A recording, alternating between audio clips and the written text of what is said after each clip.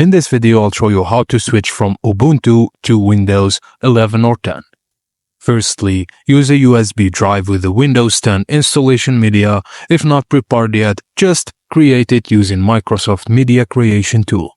Plug in the USB drive and restart your PC. Then press the Enter, BIOS, UEFI during setup, like F2, F12, Delete, or Escape.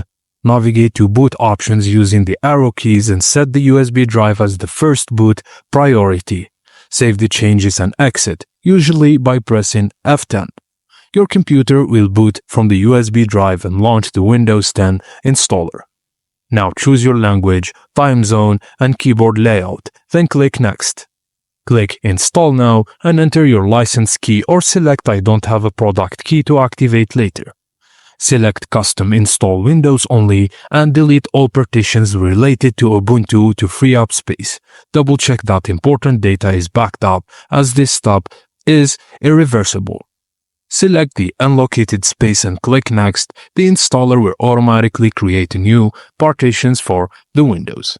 Now, Windows will install files, set up features, and restart several times during the process. When it's done, you can boot your PC to Windows 11 or 10 depending on the installer you downloaded.